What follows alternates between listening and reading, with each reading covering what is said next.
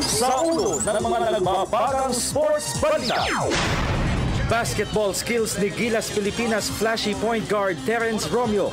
Pinuri ni San Miguel Beer head coach Leo Austria. Phil-American forward Joe Devans nangakong gagawin ng lahat para matulungan ang Barangay Ginebra San Miguel na matuldukan ang kanilang 8-year title drought sa PBA. Kampo ni Pinoy hard hitter Nonito Donaire Jr. Tinuligsa ang pag-atras sa laban ni British WBA Super Bantamweight champion Scott. Titulo ng Collegiate Conference ng 12 Shakey's V-League. Pag-aagawan ng Ateneo Lady Eagles at National University Lady Bulldogs sa linggo. Karate Do event. Kumpirmadong magde-debut sa 2020 Tokyo Olympics. Chicago Bulls star point guard Derrick Rose nakatakdang sumailalim sa left orbital surgery bukas. Former world number 1 Venus Williams walang hirap na nagmarcha patungong third round ng Wuhan Tennis Open. At British sprinter Mark Cavendish sumanib na sa Team Dimension Data.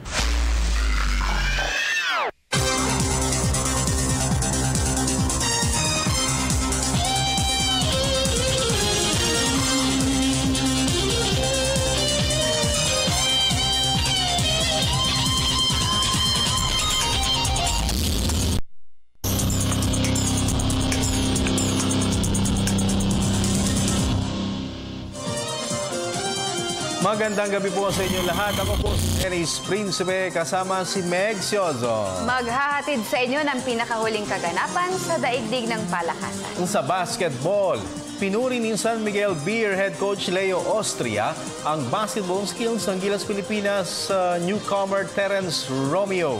Sa katunayan, hindi umano magtataka si Austria kung ang 5'11" point guard ang magiging go-to guy ni National Coach Tab Baldwin sa mga susunod na laro ng Philippine Quintet sa FIBA Asia Men's Championship sa Gangsha, China. Ang kabuang detalye iyahatid ni Haji Caaminio. Matagal nang kumbinsido ang isang PBA champion mentor na makikilala sa larangan ng basketball si flashy point guard Terence Romeo. Bagamat bagito pa lamang sa Gilas Pilipinas team, 5'11" dribbler ay isa na sa mga sinandalan ni National Coach Tab Baldwin sa unang dalawang rounds ng FIBA Asia Men's Championship sa Changsha, China. Sa panayam ng PTV Sports, inamin ni San Miguel Beer head coach Leo Austria na high school pa lamang ay talagang nakitaan na niya ng potensyal si Romeo. And then ever since, nasabi ko naman na isa-said doon tinitinan kong pagdating ng ng araw ay talagang sisikat yan. And nangyayari na dahil high school pa lang kilala ko na siya eh. Sinusubaybayan ko yan dahil kaya lang wala akong chance na makakuha sila dahil siyempre hindi naman kami yung team nun nasa Adamson ako, hindi naman kami yung team na makakapag-akit ng mga players eh. Usually mga players ko ay yung mga hindi kilala eh. Talagang yung before yung mga haters niya, I think napaniwala niya ngayon. Naniniwala rin si Austria na si Romeo ang posible tugay ni Baldwin sa mga critical na sitwasyon. Hindi siya takot gawin yung mga dapat gawin. Unlike yung mga ibang players dyan na playing safe, ayaw ko magkamali, pero ayaw mo rin naman matalo. Hindi ka nagkamali. Pero in his case, so in order for him to contribute, kailangan na matalo siya. O kailangan itira ko. And the good thing with him he could create any kind of shot eh. Bigyan mo ng open shot, titiranan ka. Bigyan mo ng lane, drive-on ka. And then, harangan mo siya, gagawa ng paraan siya para malibre. Ganyan. That's why he can be a go-to guy. Siya yung kind of player na hindi ka mag-hesitate na ibigay yung bola sa kanya, especially when the game is on the line, because that's his passion eh. He wants to shine. He wants to make something different. Bukas ng gabi ay makakatapat ng Gilas Pilipinas ang Lebanon sa quarterfinal ng FIBA Asia Tournament na isang qualifier naman para sa 2016 Rio Olympics. Para sa PTV Sports, Haji Caaminio, Telebisyon ng Bayan. Sa PBA, nangako si veteran forward Joe Devans na gagawin ang lahat para matulungan ang Barangay Ginebra San Miguel na matuldukan ang kanilang 8-year title drought sa PBA. Nagbabalik si Haji Caaminio. Handang patunayan ni Phil-American forward Joe Devance na tama ang pagkakakuha sa kanya ng Barangay Ginebra San Miguel. Naglaro ng 4 na seasons para sa Pure Foods franchise na acquire ng crowd favorite ball club ang 6'8" dribbler sa isang 14 trade noong Lunes. Sa panayam ng PTV Sports, nangako si Devance na gagawin ang lahat para matulungan ang Ginebra na matuldukan ang kanilang 8th crowd sa PBA. Pardon me. I'm excited to be here. Hopefully I don't let you guys down. I'm going to try my best to, if you guys don't like me now, I'm going to try my best for you guys to like me later. I mean, we're just going to try our best, try to learn Coach Tim's system as a team as much as we can, and just see what happens at the end, see where we're at. Our goal, I think, right now is just to get better every day. At dahil matagal na silang magkasama ni multi-title coach Tim Cohn, handa rin si Devance na ituro sa kanyang mga teammates ang komplikadong triangle system. I guess that's what I'm here to do, is just mentor, show the guys how Coach Tim's system works and stuff like that. And I mean, kind of like we've been playing for a long time together already. So it was good. It was fun to play with them. Ang Ginebra ay ang ika-4 na koponan ni Devance sa liga matapos na maglaro siya para sa Wellcoat Dragons, Alaska Aces at Star Hotshots. Para sa PTV Sports, Haji Caaminio, Telebisyon ng Bayan. Sa grassroots basketball, suportada naman ang Samahang Basketball ng Pilipinas o SBP, ang pinakabagong 3x3 tournament na inorganisa ng Milo Best Center para sa mga kabataang basketballista ng bansa. Narito ang report ni Arian Malyare. May basbas ang Samahang Basketball ng Pilipinas o SBP, ang inaugural staging ng Milo Best Center 3x3 tournament sa buwan ng Nobyembre. Ayon kay Best Center founder Nick Jorge, ang one-day cage fest ay idarao sa Ateneo de Manila University covered court sa Katipunan Avenue sa Quezon City. Ay bukas para sa mga kalalakihan na may edad 15 pababa at 12 pababa. Executive Director Sari Barrios called me up and told me to be the organization that youth in the country. So 15 years and down. That's why itong tournament na to will be 15 years and under. Maybe next time we go higher because this should be a 5-year development program. Naniniwala rin si Jorge na malaki ang pag-asa ng Pilipinas na makapag-produce pa ng mga dekalibreng basketball players tulad ng ginagawa ng Best Center. 3-on-3 is really the development program. Nandiyan lahat ng defense, one-on-one, gano'n. And the quick, walang timeout to eh. Kaya pinakamahirap pa ng 3-on-3. It's like a strict game sa araw. Nasa 128 koponan mula sa iba't ibang panig ng bansa ang inaasahang magpapartisipa sa 3x3 tournament sa Nobyembre 15. Para sa PTV Sports, Arian Malyare, Telebisyon ng Bayan. Lipat naman tayo sa boxing. Parehong impresibo sa sparring session sa Wildcard Gym sa Hollywood, California, sina Ala Gym fighters Mark Magsayo at magkapatid na Albert at Jason Pagara. Dinomina ni na Magsayo at Albert Pagara ang ilang Mexican Olympians sa simulated fights, habang solidong workout rin ang ipinamalas ni Jason Pagara. Katapat si undefeated light welterweight Maurice Hooker. Bukod pa rito, pare-parehong sumalang rin sa punch mitts, heavy bag at speedball ang Pagara siblings at si Magsayo. Naghahanda ang tatlong Ala Gym boxers para sa kanilang US debut sa Oktubre 17 sa StubHub Center sa Carson City, California, kung saan sasagupain ni Jason Pagara si Santos Benavides ng Nicaragua. Harapin naman ni Albert Pagara ang isa pang Nicaragua na si William Gonzalez, habang makikipagtuos naman si Magsayo kay Yardley Suarez ng Mexico. Sa boxing pa rin, tinuligsa naman ng Team Donaire ang ginawang pag-atras sa laban ni reigning WBA Super Bantamweight Champion Scott King ng Great Britain. May report si Rekiap Santos ng Sports Radio 918. Para sa kampo ni Nonito the Filipino Flash Donaire, isang bluff ang ginawang paghahamon sa kanila ni British WBA Super Bantamweight Champion Scott Quigg. Sa panayam ng Sports Radio, muling iginiit ni trainer Nonito Donaire Sr.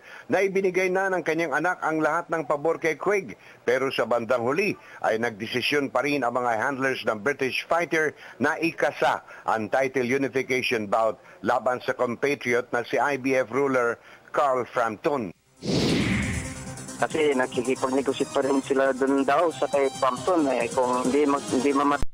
So kung tatanggapin nila si John, so kukunin din ni Babarom. Defense na rin yata sa RPO ni Babarom na malaking hinihingi ni Quigg.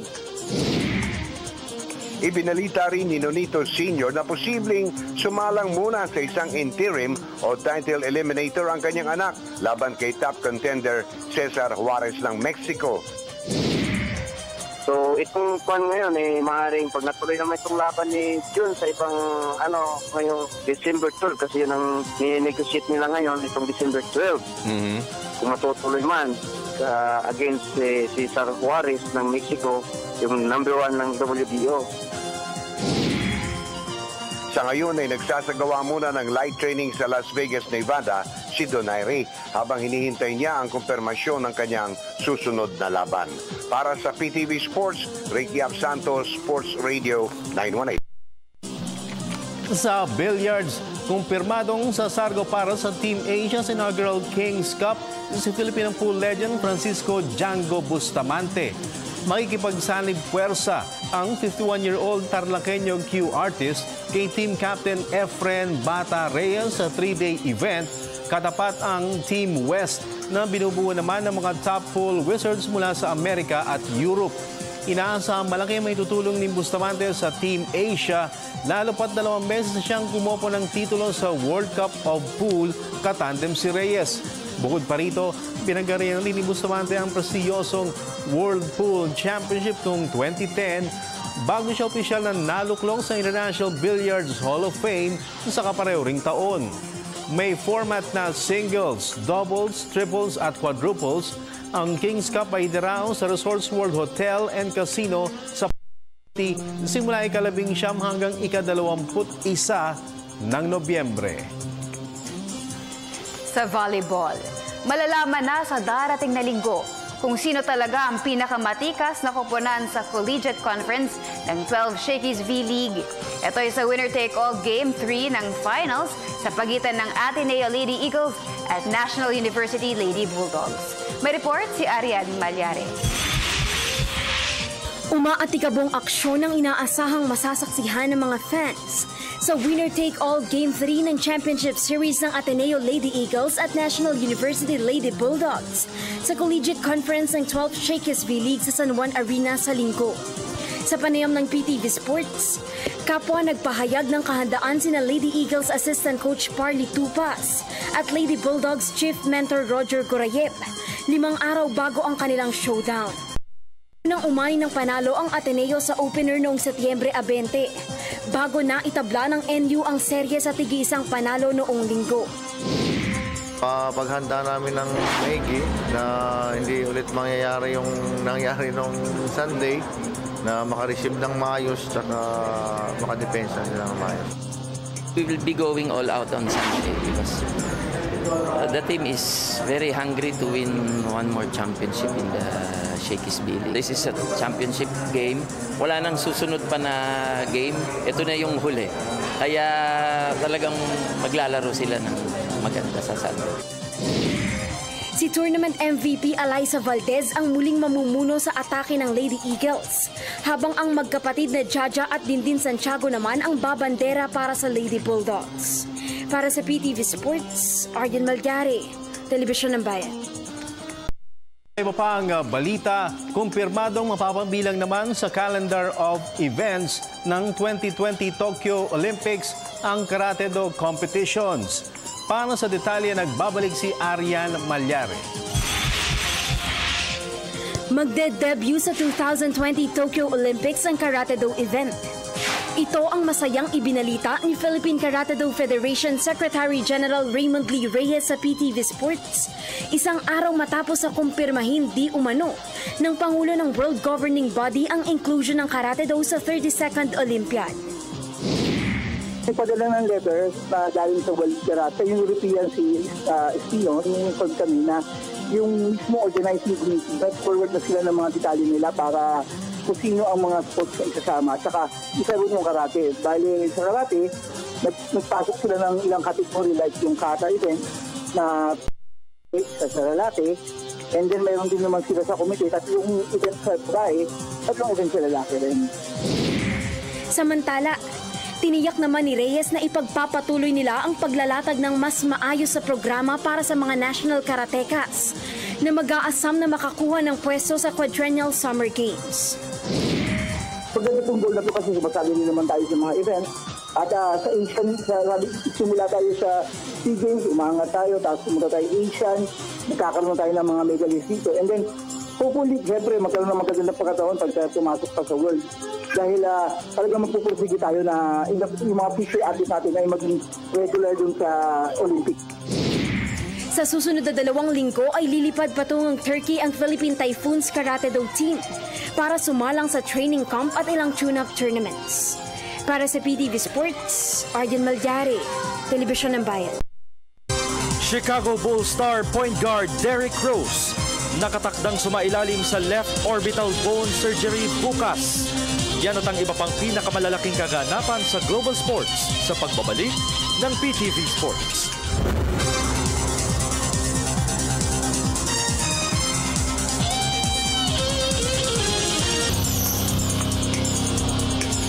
At nagbabalik ang PTV Sports sa nakatakdang sumailalim sa surgery bukas si Chicago Bulls star point guard Derrick Rose. Ito'y matapos na magtamo siya ng fractured left orbital bone injury sa unang araw ng training camp ng koponan kanina. Ang 6'3" dribbler aksidenteng tinamaan ng siko sa muka sa scrimmage, kaya't isinugod agad siya sa Rush University Medical Center sa Chicago, Illinois. Malalaman ang timetable para sa hardcore return ni Rose kapag natapos na ang operasyon sa kanya. Magugunitang dahil naman sa knee injury ay 39 na beses lamang na nakasama ng Bulls si Rose noong nakaraang season kung saan nag-average siya ng 17.7 points at 4.9 assists per game. Samantala, pasadahan naman natin ang iba pang mga tampok na sports stories overseas. Sa report ni Cecil Kimlat ng Sports 918. Nalampasan na ni Jeremy Chardy ang mabigat na pagsubok na kinaharap sa pagsisimula ng kanyang kampanya sa Malaysian Tennis Open. Kahapon ay nangailangan ng 6-seeded Frenchman ng 3 sets, 3-6, 6-3 at 6-2 bago niya napatalsik si German youngster Alexander Zverev sa opening round. Nag-struggle muna si Chardy sa opening set bago siya nakabreak ng 4 na beses na sumunod na 2 sets. Ang second round opponent ni Chardy ay si Benjamin Becker ng Germany. Target ni Chardy na makasungkit ng ikalawang career singles title. Sa tennis pa rin, pasok na sa third round ng Wuhan Open sa China si former world number 1 Venus Williams. Ito'y matapos na dispatsahin niya si unseeded Julia Gorges ng Germany sa straight set 6-4 at 6-3 kagabi. Hindi pinaporma ni Williams ang kalaban kung saan 3 beses siyang nakabreak sa kabuuan ng match. Ito ang pampito career match victory para kay Williams. Sa basketball, inaasahang masa-sideline na hanggang 3 buwan si Cleveland Cavaliers shooting guard Iman Shumpert. Ito'y matapos na magtamo siya ng right wrist injury sa workout noong 1 linggo. Sa katunayan, bukas ay nakatakdang sumailalim sa surgery ang 6'5" dribbler matapos na makita sa resulta ng MRI scan na may damage ang ligament sa kanyang kanang braso. Dahil dito sa darating na Enero na inaasang makakasama ng Cavaliers si Shumpert sa kanilang kampanya sa regular season ng NBA. Sa football, pinasaya ng FC Barcelona ang home crowd sa Camp Nou sa Spain. Ito'y matapos na umani sila ng 2-1 come-from-behind win kontra Bayer Leverkusen sa Champions League match kanina. Napag-iwanan ng 1 goal, nagpaon ng equalizer para sa Barcelona si midfielder Sergi Roberto sa 80th minute bago na i-convert ni striker Luis Suarez ang winning goal para sa team sa 82nd minute. Dahil sa panalo, inukupa ng Barcelona ang solo leadership sa Group E sa kanilang nalilikom na 4 points. At sa cycling, sumanib na sa South African outfit na Dimension Data si former world champion Mark Cavendish. Kanina inanunsyo ng Pro Continental Team na pinapirma nila ng 3-year deal ang 30-year-old British sprinter na sa huling taon na ng kanyang kontrata sa Ethics Quick Step Squad. Kasama ni Cavendish na pepedal para sa Dimension Data ang kanyang mga allies na sina Mark Renshaw at Bernard Ezel. Para sa PTV Sports, Cecil Kimlat, Sports Radio 918. Ang panayam kay young karateka Joko Vasquez sa ating Sports Chat segment sa pagbabalik ng PTV Sports.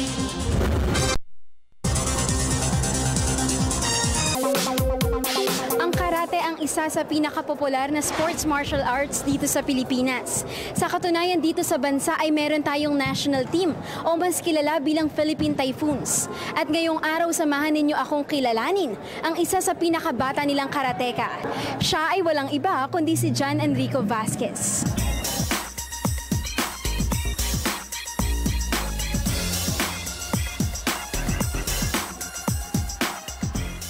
Panganay sa dalawang anak ni Dr. Enrico at Relene Vasquez. Bahagi na ng buhay ng pamilya ni John Enrico o Joko ang karate. Sa katunayan, si Doc Vasquez ang kasalukuyang pangulo ng Philippine Karate-Do Federation o PKF. At siya rin ang founder ng Wado Ryu Karate-Do sa Dagupan City sa Pangasinan. Sa kabilang banda, si Relene naman ay dati ring karateka mula sa Iloilo City. Hindi nakapagtataka kung mahumaling man sa sport ang kanilang anak na si Joko. Nung bata po ako, mahilig po kasi sa mga action, yung mga maraming galaw po. Kaya, buti po nga si Papa nagkakarate. Kaya, ayun, nagsabi po ako na kung pwede magkarate din po ako. Nag-first tournament po ako nung 4 years old po ako sa La Union. Nilaban ko lang po Iskata kasi medyo takot pa kasi po ako sa committee nun. Lumaban po ako, natalo po ako. Umiyak po ako nun kasi akala ko po lagi po nasa isip ko po na lagi akong nananalo, ganun. Pero sabi ko kasi ni Papa na sa sports may talo at manalo. Nagkaroon talaga ng mas magandang banding dahil siyempre directly ako yung sumusubaybay sa kanya eh. Tinitingnan ko kung paano siya mag-execute, magbigay ng mga committee partners niya, magbigay ng mga kata niya. So, kasama na po dyan disiplina. Pag-uwi mo ba ayusin mo po dyan, yung academic mo. Pag bago pa, patulog ka na, gabi na. Tama na yung iPad. So, kung minsan, ang hindi lang maganda, dahil ko yung babae, ako yung madaldal kaysa yung nanay niya. Simula 2004 ay hindi na nagpaawat si Joko sa paglahok sa mga karate tournament sa loob at labas ng bansa. Ilan sa kanyang mga sinalihan ay ang Karate Invitational Championship sa Baguio City noong 2004, Philippine Olympic Festival noong 2007, 21st PKF National Karate Championships noong 2008, at Batang Pinoy Games mula 2012 hanggang 2015, kung saan consistent gold medalist siya sa kanyang paboritong kata at komite events. At noong nakaraang Hunyo lamang, nakasungkit si Joko ng 3 bronze sa kanyang international debut sa Thailand Invitational Open. Pero ano nga ba ang naitutulong ng karate sa buhay ni Joko? Sa karate po kasi, ang mga natutunan ko po dun is discipline, responsibility.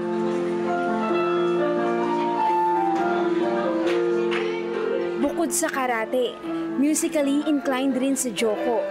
At ilan sa kanyang mga hobbies ay ang pagsasayaw, pagtugtog ng piano, paggigitara at iba pa. At dahil kasalukuyang nasa grade 8, inamin ni Joko na matinding time management ang kanyang ginagawa sa training at pag-aaral. Matupad lamang ang kanyang pangarap na maging abogado balang araw. Time management po yan.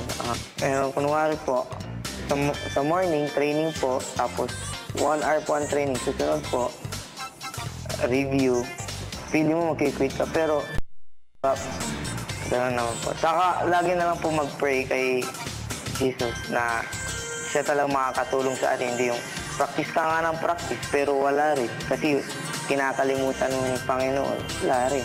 Kaya yun po, kapag may Panginoon, kayang-kaya po natin yung kayang gusto. Ibinahagi rin ng 13-year-old karateka ang ilan sa mga techniques na dapat isipin at gawin ng mga nag-a-aspire na pumasok sa mundo ng karate balang araw. Sa kata po, ang kailangan po yung technical performance, yung art, kung paano mo gawin, yung rhythm. Sa committee po, speed, huwag yung lang steady po kasi kapag steady, yun lang po yung nangyari sa akin at taman. So, dapat laging magulo po. Madidistract po lagi yung kalaban. Hindi mababasa. Nakita ko yung strong character niya, ginagawa niyang positive palagi niya sa disappointment. So pagka halimbawa, natalo siya, titignan niya kung ano yung pagkakamali niya, then ini-improve niya yung quality ng laro niya. Then, siyempre, andun yung tinatawag natin talaga na matapang siya. Yun ang kailangan natin sa karate. At sa bandang huli, nagpaabot ng mensahe si Joko sa kanyang mga pinakamamahal na magulang. Maraming salamat po, Papa Mama, na tinulungan niyo po ako dito. Mas lalo po yung training ko po sa Malaysia, sa Pinang. Malaking bagay po sa akin. Pag someday po, nakasuot na po talaga ako ng Philippines as the official. Gagawin at gagawin ko lahat para ma-reach ko yung goal ko, makuha ko po ang gusto nila. Kukunin ko po yun. Gagawin ko po ang lahat. Pa-practice pa po ako. Very simple lang po. Makatapos siya ng college, magkaroon ng sarili na career. Maging successful siya. Siyempre lang naman parents, kanya ng pangarap sa anak. Makikita stable lang sa work niya. Maging stable siya. Okay, then. Kung kaya patulungan ako sa karate, mas okay para ma-maintain yung pagiging karatista namin. Tandaan na sa bawat laro ng buhay ay kailangan ng determinasyon at pangarap na tagumpay. Hanggang sa susunod na pagkilala natin sa mga future champions. Ako po si Aryan Malyare para sa PTV Sports.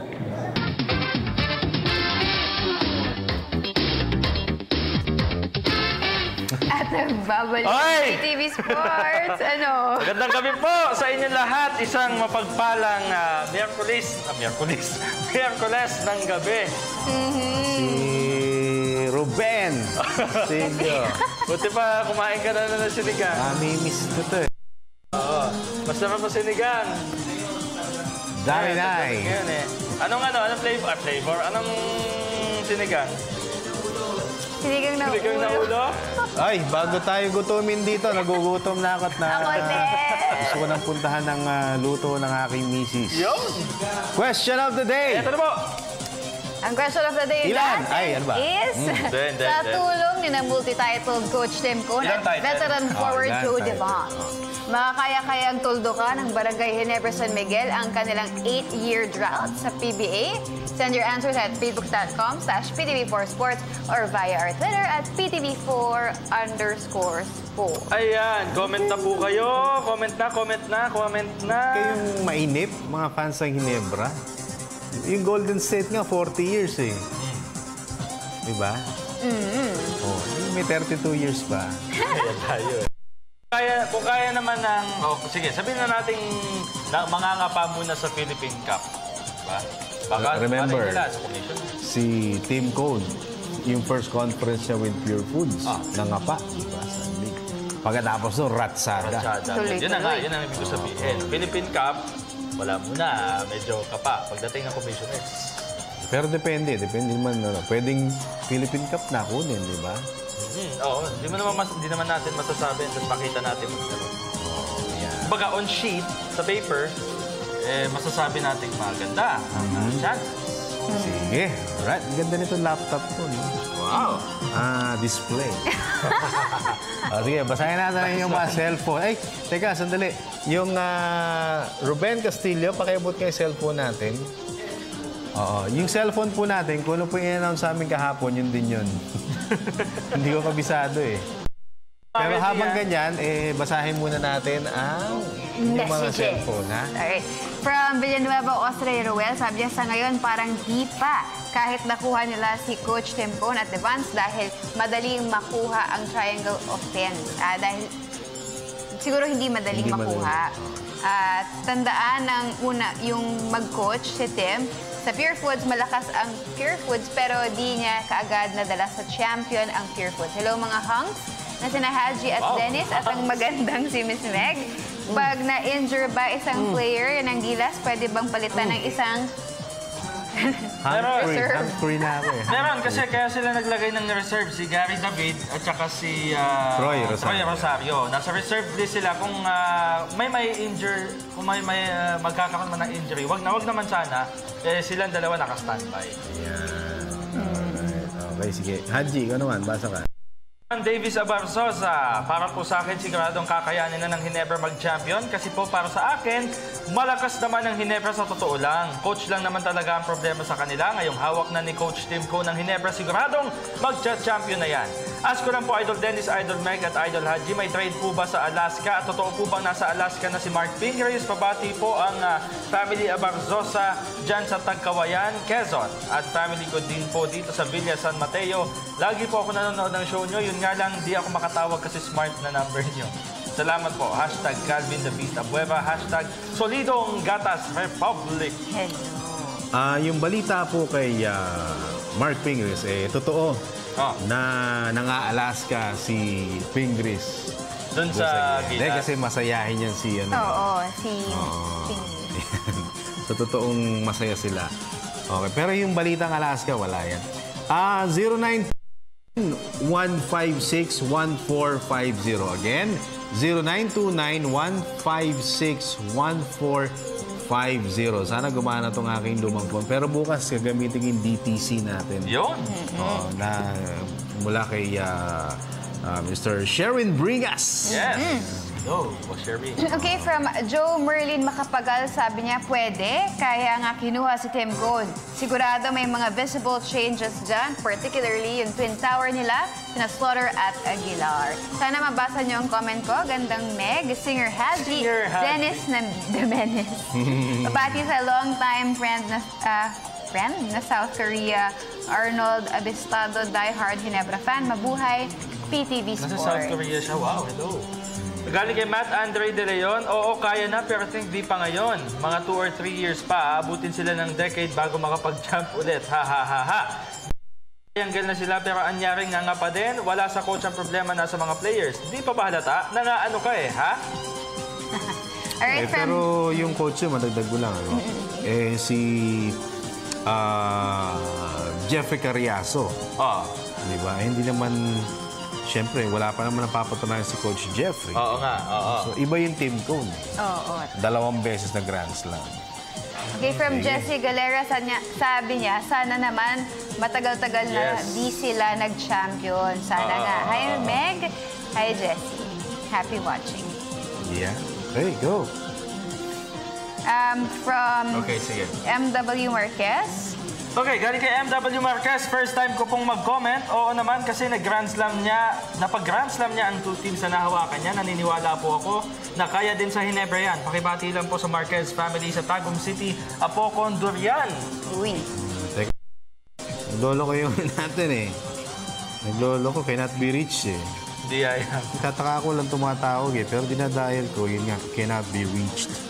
Subukan natin. Sige, basa muna, Meg. From Jerry Natal Basilia, sabi niya, oo naman, magaling mag-coach si Tim Cone, pero depende pa rin yan sa mga player. Kung desidido silang mag-champion, makakaya nila. Tanong ko lang po, may iba po bang trade sa Ginebra? At Ate Meg, pabati naman po dito sa Boac, Marinduque at sa Laro family and Basilia family. Salamat po. Hello po sa inyong lahat. The heart of the Philippines, Marinduque. Ito muna. Caller muna tayo, ha? Asan na yung mic natin? Excuse me, Meg. Yan na mahiwagang mic. Yan. Hello, good evening, PTV Sports. Sino po sila? Hello po. Hello po. Si Paulo Gatula po. Sino po sila? Paulo. Paulo. Tagasan si Paulo? Batangas. Kay Paulo, anong sigat mo? May patanong lang po ako. Lipat ko lang kasi Ng bahay? Ha? Saan kayo lumipat ng bahay? Hindi, kalilipat. Kasi kararating ko lang. Sige, ano yung tanong mo, Paolo? Ano ba yung mga format ng sa PBA siya? Oh. Sino yung magkakalaban? Sino magkakalaban? Kabisado mo ba, Haji? China, India. Tama, di ba? India nga ba? Tapos Philippines, Lebanon. Qatar. Yung wala ng Qatar. Tingnan nga. Tingnan natin. Check natin, ha? Oo. Wala eh. Sinilip ko lang yung sa ating kanina eh. 10:30 yun, bukas ng gabi. Oo, ayan. Anong oras ang laban ng Philippines? Alas 10:30 ng gabi, bukas po. 10:30 ba? Oo, 10:30. Parang 9:30 ata. 9:30 ba? Oo. Tapos, pwede po bang bumate? Pwede. Sige, Paulo. Pakibati nga yung dalawang baby ka dito sa nanon. Dalawang babies mo. Dalawang baby niya. Ano pangalan? Ha? Pakibati si Kate at si Kate, yung dalawa nga. Kate ba yung pangalan? Kate? Kate at Kate. Kate at Kite. Eto, meron Tama ba? Kate at Kite? Meron ako ditong galing kay Boss Henry Liao. Sabi niya dito, ang mga matchup sa Elite 8 of the 16-team biennial competitions are as follows. Ito na. Iran versus South Korea. Qatar versus Japan. Okay? China versus India. And Philippines versus Lebanon. Tapos meron namang classification games. For 9 to 12 places, featuring Jordan versus Hong Kong, Palestine versus Kazakhstan. Yan. Okay. Yung sa atin, yung mananalo sa atin, panalo. Mananalo sa atin, panalo. Okay, Paulo. Okay na, Paulo? Thank you. Yan po si Paulo. Paulo, tawag ka uli, ha? Sige, salamat. Yan, si Paulo na... Batangas nga pala. Uy, matawag agad ha. Ang ganda ng linya ko ha. Okay. O teka, bago yan ha, may babatiin lamang ako. Mr. Tony Aldeguer, Ala Promotions. Hello, sir. Good evening po. Ayan, alright. Nako, alam mo, kala nyo si Mr. Aldeguer, kala nyo boxing lang yan. Napakahilig din. Naging coach din ng basketball yan. At very passionate in following the games ng ating national team and of the PBA. Ayan. Alright, sige. Okay, from McCoy Gold, sabi niya, pwede sa pwede. Pero sabi nga ni JDV, nakaraan sa interview niya, all the people knows about Coach Tim Cone is triangle. But Coach Tim Cone is more on defense. I think doon papasok yung pagiging leader na sinasabi ni JDV, all about defense. Marami rin kasing scorer ang Ginebra and may promising rookie pa na Thompson. Mr. Triple Double yun. Pabati po pala dito sa Valenzuela ang mga De La Cruz family. Salamat po, Miss Beautiful Meg, Boss Haji, and Boss Dennis. More power to your show. #Go Ginebra. #Never Say Die. Okay. Galing kay Jerome Flores po. Ayan, basta cooperation lang sila. May trade transaction pa ba sa Ginebra? Sana mabasa nyo, Sir Dennis Principe. Always kaming nanonood ng PTV Sports. May trade ngayon. Nagkasundo na 3 teams nga pala, ha? Oo, ayan na. Okay, ganito. Si Sean Anthony from Meralco mapupunta sa Mahindra kapalit ng 2016 and 2017 picks. Okay, second round yun. Second round, ng Mahindra. And then, si Sean Anthony from Mahindra dadalhin sa NLEX kapalit ni Generic Valoria at yung 2016 at 2017 second round picks ng NLEX. Yan. O yun, so, tama. yung big name player doon, si Sean Anthony will end up with the NLEX Road Warriors. Yun, si Jeffrey Lusterio, yun, 9:30 nga daw ng gabi. 9:30, Yun, so 9:30 p.m.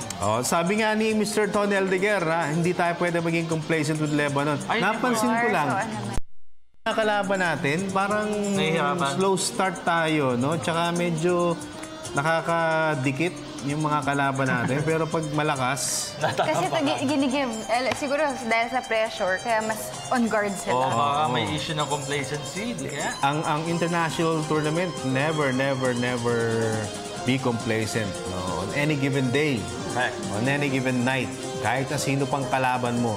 Especially from October 1 to 3, hindi na pwede. Wala na, pagkatalo ka, out ka Wala na. Di ba sabi nga ni, nung napunta tayo ng grupong mahina, puno, no? Sabi nga ni Baldwin, si Coach Baldwin, mananalo tayo, yes, pero hindi dapat yung panalo lang. Dapat kailangan, in-expect na i-dominate natin sila, dapat i-dominate natin. Yun, talo tayo sa Palestine. First game. Pero napaganda pa eh. At least top seed na. From John Lester Hilda, sabi niya, walang forever, kaya mag-champion na sila. Pure Foods fan here. Pabati naman po kami dito sa Presilda family sa Bulilan, Cavite. Lagi po kami nanonood ng PTV Sports. More power. Ayan. From Ray Andrew Carandang Arganyosa, alam na ni Joe Devance ang triangle offense. Kayang-kaya na ng Barangay Ginebra San Miguel yan. Okay, teka na. Number ulit natin, 0929-156-1450. Tsaga-tsaga lang ha. Medyo napuputol yung line natin. Again, 0929-156-1450. Okay, from Cecil Sale. Hindi kasi hindi naman masyadong magaling si Devance. Okay, galing kay Jonathan Santos, si JR Danyak muna malamang. And Jonathan Santos, Good PM PTV Sports, tingin ko kaya ng tuldukan ng Ginebra title drought nila sa 41st season. Hindi lang dahil sa tulong ni na Coach Cone at ni JDB, kundi dahil sa gutom na rin sa kampyonato. Hindi biro ang 7 taong walang titulo ang most popular team ng PBA. At doon sa mga nag-aalboroto kung bakit Ginebra na naman ang question of the day, may tanong ako sa inyo. Kayo ba kunwari daw may negosyo tapos papipiliin mo yung buyer mo ng produkto, ano iaalok mo yung mabenta o yung nilalangaw? Yan. Salamat, Jonathan. Hindi naman. Balanse naman tayo dito eh. Oo naman. Diba? Kasi pag tataka ako minsan, for 2 weeks, isang Ginebra, tapos Siam, iba-ibang teams. Parang sabi, pro Ginebra tayo. Hindi po. Hindi naman. Balance po tayo. Kanina, report natin San Miguel. Meron na ngayon, report natin yung Meralco. Yes. NLEX. Lahat. Lahat yan. Correct. Okay, from June. Basketball. Ay. May picture kayo na. Okay. Throwback. Kami. Hindi, naman yun. Nasa Jensen tayo. Ito lang. Sayang dapat paano na ako? Fan sign. Autograph. From Junjun Bermudez, sabi niya, hi PTV Sports, sa tingin ko, hindi pa sila mag-champion kasi pagod si L.A. Tenorio at may tama ang daliri ni Japet, mga pabebe boys. Alam mo, June, 4 years na naglaro ng national team si L.A. Diba? Diba sana kung zero sacrifice diba? May dahilan naman di ba? Tsaka nakapaglaro na. At tsaka, tignan naman nangyayari sa atin ngayon. Maganda naman. Kaya naman, di ba? Kaya naman. Tapos na yung mga hindi naglaro, di ba? Wala na yun. Okay na yun. Pag-usapan natin yung present. Tiwala lang. Move on. Ito si Michael Medici. Pwede. Hindi lang naman dapat isang player ang kikilos para sa team. Team effort pa rin ang kailangan. At since andyan na si Devance, sa Ginebra pwede niyang iturong lahat ng natutuhan niya coming from na si Coach Tim ang humawak. By the way, may trade pa kaya bago magsimula ang PBA sa October? Boss Dennis? Meron pa. Sino na kaya makakalaban ni Donaire ngayon? Ngayong nag-bluff nga si Scott Twig, Hi, Miss Meg. Pakibati naman kami nila Nanay Cresing at Papa Luding na lagi nanonood gabi-gabi ng PTV Sports. Ang ganda mo, Miss Meg. Salamat po. God bless to your program. Christian, nanonood talaga. Sinusundan yung mga items natin. Ang balita is yung WBO #1, na si Cesar Juarez ba yun? Taga Mexico. Either interim or WBO title eliminator. Okay, now, yun yung actually lumabas na yun recently, Pero may mga nagtataka na bakit hindi palabanan si Rigondeaux? Oo nga, total. Yun naman talaga yung gusto niyang mangyari, Hindi pa dapat may tune-up game muna? Hindi, dapat Donaire Rigondeaux na. May ngayon dito nila maririnig. Si Rigondeaux po aakyat ng timbang at kakalabanin si Vasil Lomachenko. Okay, maingay ha. Susulat ko pa yan. At saka baka malamang pareho ng manager si Donaire at si Rigondo. Kaya maingay. Atin lang. Okay, sige. From Neil Gonzaga, sabi niya, siguro po, makakaya nila kasi may coach Tim Cona, may Devans pa, natutulong sa kanilang malahalimaw na yung lineup nila. Pero nasa player na yun kung nanaisin nilang mag-champion ngayong season. Thanks po Idol Dennis at Haji at Gandang Meg. Pakibati kami dito sa Davao. Currently watching PTV Sports Now. Hehehe, update naman po sa Heat Nation. Hi, Neil. Nation. Baka, kasi most teams naman yan, nag-start na ng okay training na si di ba? Si Chris Bosh. Uy! Chris Bosh. Baka tapos siya magkaroon ng problem sa lungs. Tapos na yung medication niya. Sa problema siya no? Parang may tubig yata. Tsaka sa dugo. Yung nag-blood thinning sa... May blood clot din. Tapos si Goran Dragic, ready to roll. Yes. Sabi naman ni Randolph Torre, hindi kasi walang James Yap, Mark Baroka at Mark Pingris. Kangkong pa rin daw ang barangay. Pakibati po sa mga taga-Daraga, Albay. Uy, hello po sa lahat ng mga taga-Albay. Sana mabasa na po ito. Yan. Sensya na kayo, naglolo ko yung phone kong luma. Pero bukas, yung DTC ko, nakalimutan ko lang From Ferdy Dicap, sabi niya kakaiba talaga si Kian Conde, Sir Dia. Ang Hinebra lahat ng buwaya. Sa players at long hair niyo, wait lang. Okay. Alright. Ba't may pangalan ako dyan? Balita sa ka. Ay, yung ba binasa mo? Ferdy! Easy, Ferdy. Easy lang, Ferdy. Try nga natin yun. Jefferson. Sabi ni Jefferson Rubianes, sabi niya, opo, magaling mag-motivate ang player si Coach Tim at syempre samahan ng matibay at matigas na depensa. Saka champion yan. Sir Dennis, balita po sa Cavs at Lakers. Cavs! Nag-start na training camp. Nasa kanila si Team Cone. Kabarangay naman yung Cavs. Ano ba? Na yung Cavs. Cavs. Kala ko yung Cavs. Na-start na ng training camp nila. Yung Lakers din. Si Kobe mukhang motivated na balik sa playoffs yung Lakers Sabi ni Kobe, I bleed purple and gold. Forever daw siyang Lakers. Forever siyang Laker. Tingnan na. Kasi nang intriga si Phil Jackson ng New York. Sabi niya kasi, may nagtanong na, tingin mo ba last year na ni ngayon? Sabi niya, tingin ko maglalaro pa yan ng beyond this season. Pero last season niya na malamang ngayon sa Lakers. Trigerong frog. Trigerong talaga si Phil. Oo, talaga. Si Phil Jackson. Sumagot si Kobe Bryant. Ayun na nga. Tsura mo lang. Laker pa rin ako. Tsaka parang ayaw pa mag-retire ni Kobe. Pero maganda lineup nila ngayon, hindi naman balance. Better than last. Talented. Ayaw ba niya? Di ba parang lagi siyang nagbabalak mag-retire? Yung coach nila, di ba si Byron Scott pa rin? Byron Scott. Si Byron Scott pa rin sa Lakers. Bago dyan, balik Lakers si Meta World Peace. Oo. Bago na naman pangalan niya, di ba? Bago na naman, hindi na MWP. Something, di ba? Talaga, tapos meron na silang bago. Ay, may caller tayo. Yung rookie nila. Yung mga rookies nila, no? Oo. Hello, good evening. Si D'Angelo, magaling din. Oo. Okay, hello, good evening. Hello. Yes. Magandang gabi po. Magandang gabi. Good evening. Si Roldan po ng Quezon City. Si Roland po. Roland ng Quezon City. Hello po. Sige, roll it, Roland. Ano sagot mo? Hello? Roland? Ay, nawala si Roland. Ay, sayang naman. Parang puputol yung line. Ayan na, may tumatawag ulit. Pero dito si Roland siguro. Iba na. Oo. Hello, good evening. Good evening po. Yes, sino po sila? Christian po from Tarlac. Christian ng? Tarlac po. Christian. Tarlac? Tarlac City. Christian? Yes. Pakilakas sa... Yes, sir. Yan. Yan. Christian, anong sagot mo? Ating question of the day. Sa tingin ko po mas lumakas sila sa loob. Lumakas sa loob? defense nila kasi matatangkad sila ngayon. Matatangkad sila ngayon. So sa tingin mo may pag-asa ng mag-champion? Front court, no?